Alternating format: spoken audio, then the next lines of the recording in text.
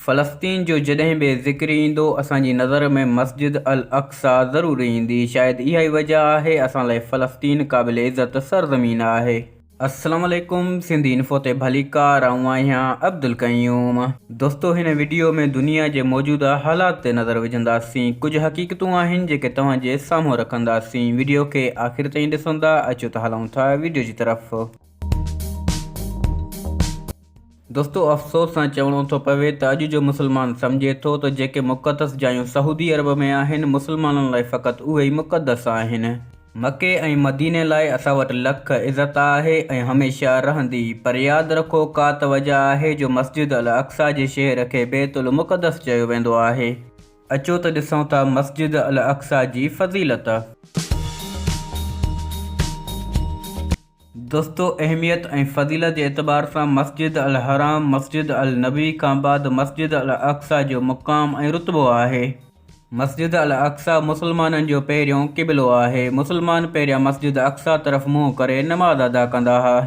मेराज जे सफ़र दौरान नबी साईं मस्जिद अल अक़सा में रुकिया हुआ। हिते सभिनी नबियनि हज़रत मोहम्मद सल्लल्लाहु अलैहि वसल्लम जी इमामत में नमाज़ पढ़ी आहे। हिते खोड़ असहाबियनि जूं क़बरूं आहिनि। अलाह जे मौजूदनि वारी जॻह आहे जंहिंखे अलाह रहमत वारो हंधु सॼो आहे।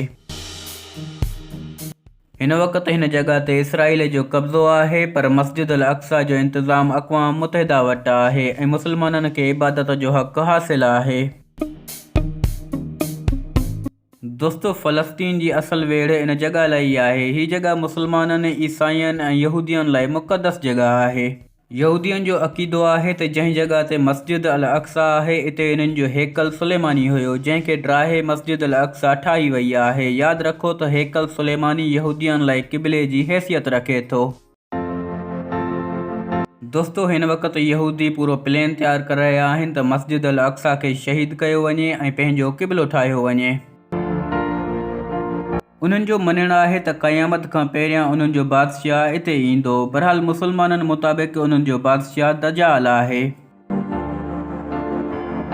दोस्तो, फ़लस्तीन जी बका मस्जिद अल अक़सा जी बका आहे। इसराईल हिन वक़्तु मस्जिद अल अक़सा ते नंढा वॾा हमला करे मुस्लमाननि जी रग चेक करे पियो।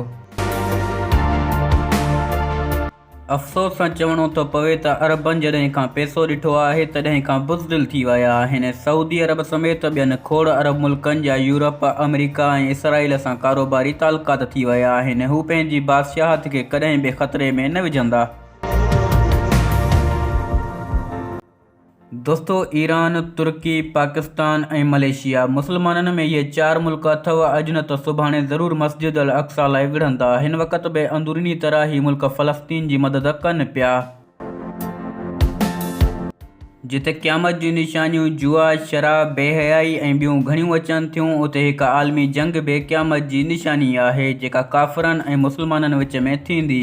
दोस्तो, कश्मीर ऐं फ़लस्तीन ही ॿ अहिड़ियूं चिड़िंगा आहिनि जेके दुनिया खे बाहि लॻाइण लाइ काफ़ी आहिनि। इंडिया में धमाको थिए थो त इल्ज़ाम पाकिस्तान ते अचे थो, जंहिंसां ॿई मुल्क जंग जे वेझो अची वेंदा आहिनि।